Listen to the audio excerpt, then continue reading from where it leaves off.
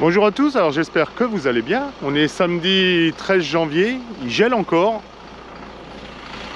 Donc je profite que l'on soit samedi pour venir, vous voyez, broyer à nouveau les sarments.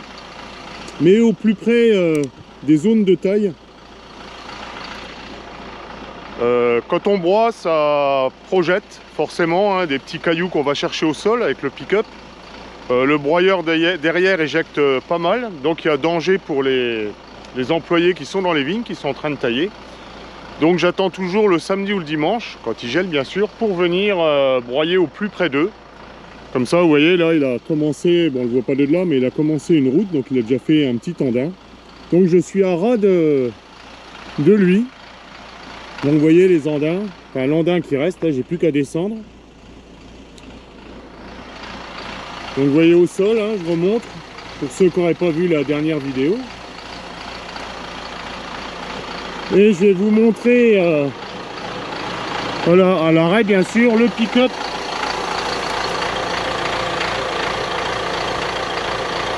Vous voyez, le pick-up il tourne en sens inverse, c'est-à-dire que les petites dents que l'on voit là remontent, et ça remonte le bois vers le broyeur.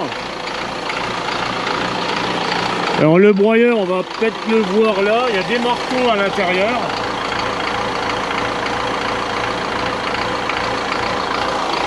Je ne sais pas si vous avez bien vu, il y a des marteaux à l'intérieur, plus la grosse plaque de fonte qui est là. Et donc l'éclatement des bois qui est serré contre les marteaux fait que c'est broyé comme ça derrière.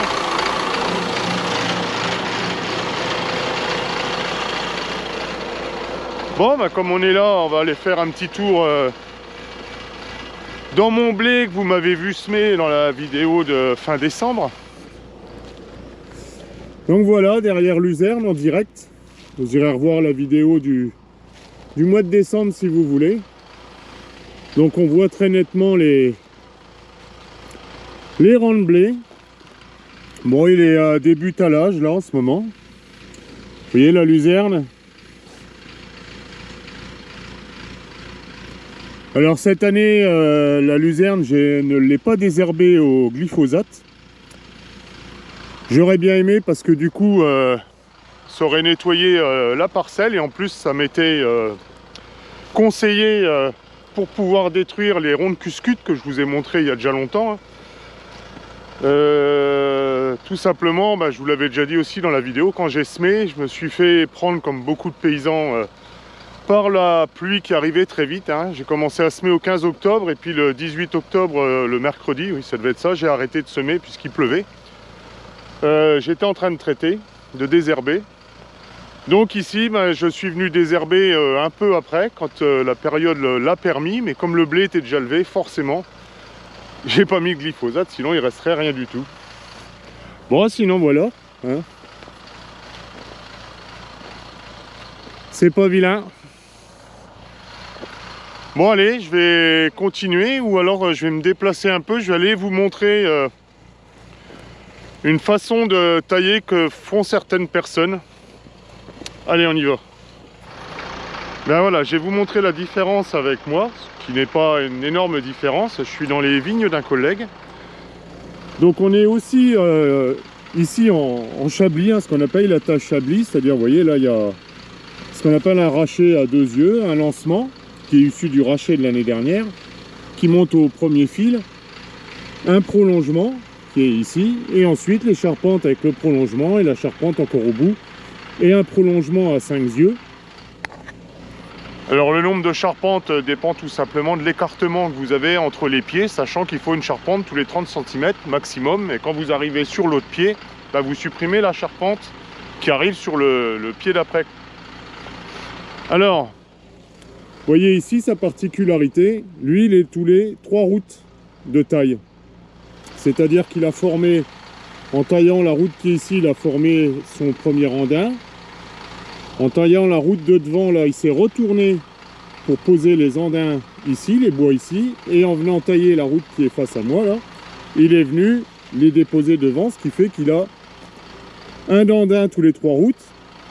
Alors, l'avantage de ça, c'est quand même un avantage, c'est qu'il fait moins de passages que moi. Et en plus, comme ses andins sont plus gros, eh bien ça broye plus facilement parce que le pick-up attrape beaucoup plus facilement du fait qu'il y a les bois sont mélangés ensemble. Ça les attire beaucoup plus facilement. Par contre, quelqu'un me disait dans les commentaires, faire des beaux andins comme ça met 3 fois plus de temps. Bon, je pense qu'il y a une énorme exagération sur le temps.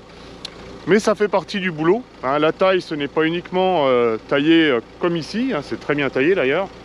C'est aussi faire des andins, ça fait partie du travail, c'est dans la réglementation de la convention collective. Mais imaginez ici la particularité, j'en viens à la particularité d'ici, c'est que cette personne, pour lutter contre une maladie qui est l'esca, hein, c'est un champignon du bois, un basidiomycète, si je me rappelle bien mes cours de l'école qui datent d'il y a une quarantaine d'années quand même, qui attaque et qui forme de l'amadou sur les bois, qui finit par faire mourir le pied hein, en peu de temps. D'ailleurs, vous voyez, quand on voit un pied mort comme ça, certainement qu'il a été touché par de l'esca. Et bien, pour lutter contre cette maladie, ce champignon, il sort toutes ses charpentes. Donc, vous voyez, toutes les vieilles charpentes, elles sont là. Donc quand on me dit que ça prend beaucoup plus de temps à faire des andins corrects, chez moi, où je laisse les charpentes, puisque j'ai pas de différence, j'ai très peu d'esca, voire pas du tout. Hein, j'ai des vignes qui ont 40 ans, j'ai jamais remplacé un pied et pourtant elles produisent encore correctement. C'est tout, ici il a décidé, c'est une décision, il a décidé de sortir ses charpentes, il le fait depuis très longtemps. Donc imaginez le boulot qu'il y a à sortir tout ça. La personne, quand elle taille, il faut qu'elle fasse des petits tas et ensuite qu'elle attrape les tas et qu'elle les remonte au fur et à mesure pour les mettre, bah, vous voyez, ici en bout de vigne, le long de mon champ. Et d'ailleurs, souvent, une fois qu'il a terminé, il y a une petite pancarte qui est mise dessus, c'est marqué « Servez-vous ». Et puis, bah, quand les gens ne se sont pas servis hein, pour faire des barbecues ou autre chose, et ben ils brûlent sur place et puis terminé. C'est d'ailleurs préconisé quand les vignes sont atteintes vraiment d'esca, c'est de brûler les bois. Et surtout, et ça c'est peu fait, de tailler les pieds d'esca à la fin. Donc il faudrait les marquer dans les vignes et revenir à la fin pour les tailler seulement. Parce qu'avec les plaies de taille, vous mettez de la sève, peut-être avec du champignon dessus sur vos lames de coupe, on va dire. Et du coup, vous pouvez propager peut-être, parce qu'on n'en est pas sûr, peut-être l'esca dans les vignes. Et donc il faudrait désinfecter très souvent les lames de sécateur, ce qui est, je dis, quasi jamais fait. Bon voilà. Un autre type de chantier.